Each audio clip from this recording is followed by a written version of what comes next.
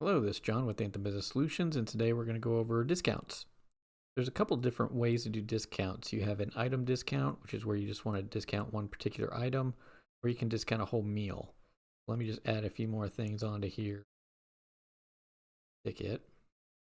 Now, if I was wanting to add discount just to, let's say, this drink here, I would select that drink, and then down here at the bottom is discount. Select that. Now, depending on your establishment, you may or may not have the option to do this.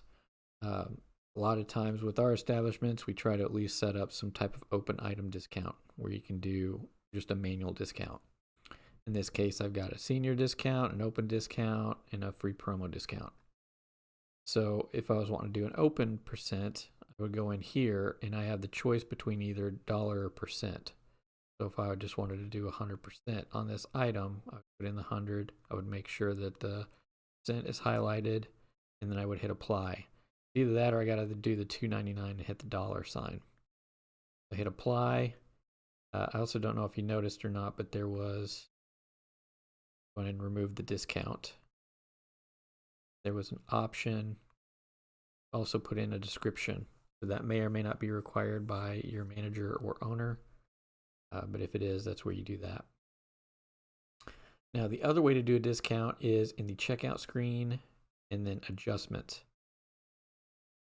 And here we're going to have discounts as well. Some of these are discounts. The gratuity is actually considered a service charge, and then you have your tax exempt button here. But here we have an open dollar and open percent meal comp, kind of how I phrased it here. And again, this may be different on your establishment. And then we have a senior discount. So let's say I do an open meal comp and I do 100%. And then of course I can add a description here if I want to, and then hit apply, and then it will apply that discount. So just keep in mind the two different ways to do discounts.